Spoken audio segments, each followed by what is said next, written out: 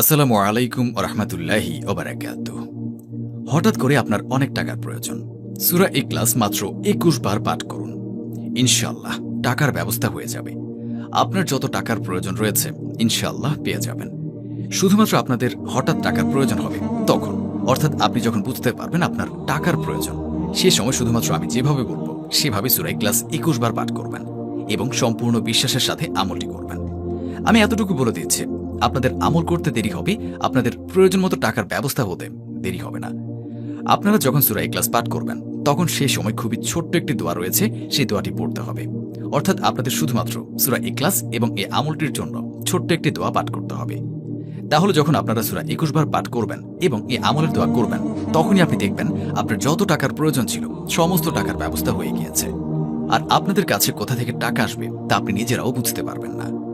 আপনারা শুধু এতটুকু বুঝতে পারবেন আপনি এই আমলটি করার কারণে আপনার টাকার ব্যবস্থা হয়ে যাবে। বিশেষ করে এই আমলটি তখনই কাজ করবে যখন আপনার হঠাৎ করে অনেক টাকার প্রয়োজন হবে। সেটা হোক আপনার পরিবারের কেউ অসুস্থ, কিংবা আপনার কাছে পরিবারের খরচ চালানোর মতো টাকা নেই, কিংবা কেউ আপনার কাছ থেকে টাকা পায় আপনি তার ঋণ শোধ করতে পারছেন না, অথবা আপনি একটা জরুরি জিনিস কিনবেন, সে জিনিসটি কেনার জন্য আপনার কাছে টাকা নেই, অথবা আপনি যদি ধনী হতে চান, আপনি যদি অনেক টাকা পয়সার মালিক হতে চান, তারপরেও আপনি এই আমলটি করতে পারেন।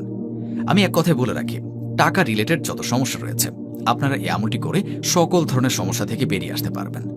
আমি আপনাদেরকে বলে রাখি, এই নিয়মটি আপনারা সবাই করতে পারবেন, তবে এই আমলের নিয়মটি আপনাদের সবাইকে মানতে হবে। যদি একটু ভুল করেন তাহলে কিন্তু এই আমলটি করলে কোনো কাজ হবে না। এখন আমি আপনাদেরকে খুব সহজভাবে এই আমলটি বুঝিয়ে দিচ্ছি, যেন আপনারা খুব সহজেই এই আমলটি বুঝতে পারেন।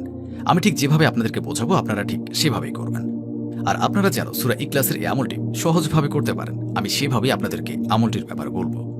আমি আপনাদেরকে বলে রাখি, এই আমলটি করতে হলে সূরা ইখলাস পাঠ করার একটি নিয়ম রয়েছে। আমি সেই নিয়মটি আপনাদেরকে বলে দেব এবং যথাযথভাবে সেই নিয়ম অনুযায়ী আপনাদেরকে আমলটি করতে হবে। এই নিয়মের একটু এদিক সেদিক হলে আপনি আমলটি করে কোনো উপকার পাবেন না।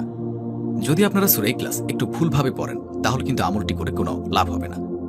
এই আমলটি আপনারা যারাই করবেন আমি আপনাদেরকে বলে দিচ্ছি, ছেলে মেয়ে বৃদ্ধ যুবক সবাইকে এই একই নিয়মে আমলটি করতে হবে। নিয়মটি হচ্ছে, আপনি যখন সূরা ইখলাসের এই আমলটি করবেন তখন আপনাদের আশেপাশের কারোর সাথে কোনো প্রকার কথা বলবেন না। আপনি যখন এই আমলটি করা শুরু করবেন তার আগে অবশ্যই অজু করে নেবেন। অজু করে পাক পবিত্র অবস্থাতে আপনারা এই আমলটি করবেন।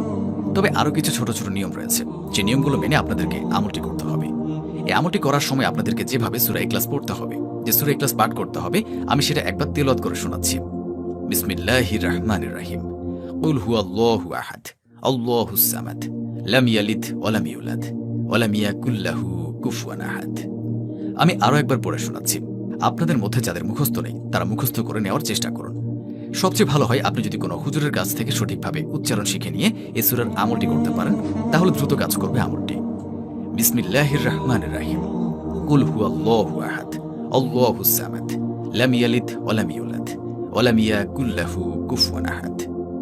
আমি আশা করি আপনারা সূরা ইখলাস তেলাওয়াত মনোযোগ দিয়ে শুনলেন এবং আপনাদের মধ্যে অনেকেরই এই সূরাটি মুখস্থ রয়েছে। আপনারা যারা চান আমাদের প্রতিটি দর্শক ধনী হয়ে যাক, এই ভিডিওটি যারা যারা দেখছেন তারা সবাই ধনী হয়ে যাক, তাহলে অবশ্যই কমেন্ট করতে হবে ৩ বার আমিন লিখে। আমি আবারও বলছি, অবশ্যই ৩ বার আমিন লিখে কমেন্ট করুন। যখন আপনারা এই আমলটি করার জন্য প্রস্তুতি নেবেন, অর্থাৎ রেডি হবেন, সে সময় আপনাদেরকে সূরা ইখলাস পাঠ করতে হবে। আর সেই সময় গুরুত্বপূর্ণ খুবই ছোট ছোট সহজ কিছু নিয়ম রয়েছে, সেই নিয়মগুলো আপনাদেরকে মানতে হবে। সেই নিয়মটি হচ্ছে, আপনারা যখন এই আমলটি করবেন, অর্থাৎ আমলটি করার আগে যখন অজু করে নেবেন, অজু করার পরে একটি পরিষ্কার পবিত্র জায়গার মধ্যে বসবেন। আপনি যে কোনো জায়গায় বসতে পারেন, সমস্যা নেই, তবে জায়গাটি অবশ্যই পরিষ্কার এবং পবিত্র হতে হবে। আর আমি আপনাদেরকে বলে রাখছি, আপনারা এই আমলটি চাইলে যে কোনো সময় করতে পারেন, যখনই আপনার সুযোগ হবে তখনই করতে পারেন। আপনি একা থাকবেন, যখনই আপনার আশেপাশে কেউ থাকবে না তখনই আপনি আমলটি করতে পারেন, কোনো সমস্যা নেই। অর্থাৎ এই আমলটি করার উপযুক্ত সময় হচ্ছে যখন আপনার পাশে কেউ থাকবে না তখন আপনি এই আমলটি করবেন। তখন যেন আপনাকে কেউ না দেখে, ঠিক সেই সময়টাতে আপনি এই আমলটি করবেন। এটাই হচ্ছে এই আমলটির সময়। আর এই আমলটি করার আগে আপনারা পাক পবিত্র হয়ে পবিত্র জায়গায় কিবলামুখী হয়ে বসে পড়বেন। এরপরে মাত্র একবার আউযু বিল্লাহি মিনাশ শাইতানির রাজিম পড়বেন এবং একবার আউযু বিল্লাহি মিনাশ শাইতানির রাজিম পড়ার পরে আপনারা মাত্র ৫৫৫ বার সুবহানাল্লাহু পাঠ করবেন। মনে রাখবেন, সুবহানাল্লাহ আপনাদেরকে ৫৫৫ বার পাঠ করতে হবে। এভাবে সুবহানাল্লাহ, সুবহানাল্লাহ, সুবহানাল্লাহ। আপনারা যখন ৫৫৫ বার সুবহানাল্লাহ পড়ে ফেলবেন, তারপরে শুধুমাত্র ২১ বার পড়বেন বিসমিল্লাহির রহমানির রহিম। এরপরে মাত্র ২১ বার পাঠ করবেন সূরা ইখলাস। মনে রাখবেন, প্রতিবার বিসমিল্লাহের সাথে সূরা ইখলাস পাঠ করবেন, আর সেই সাথে সাথে আমলটি করা শেষ হয়ে গেলে কয়েকবার দুরূদ শরীফ পাঠ করবেন এবং সর্বশেষ মহান আল্লাহ রাব্বুল আলামিনের দরবারে 2 হাত তুলে আপনার মনের যত চাওয়া রয়েছে সমস্ত চাওয়া তুলে ধরবেন ইনশাআল্লাহ।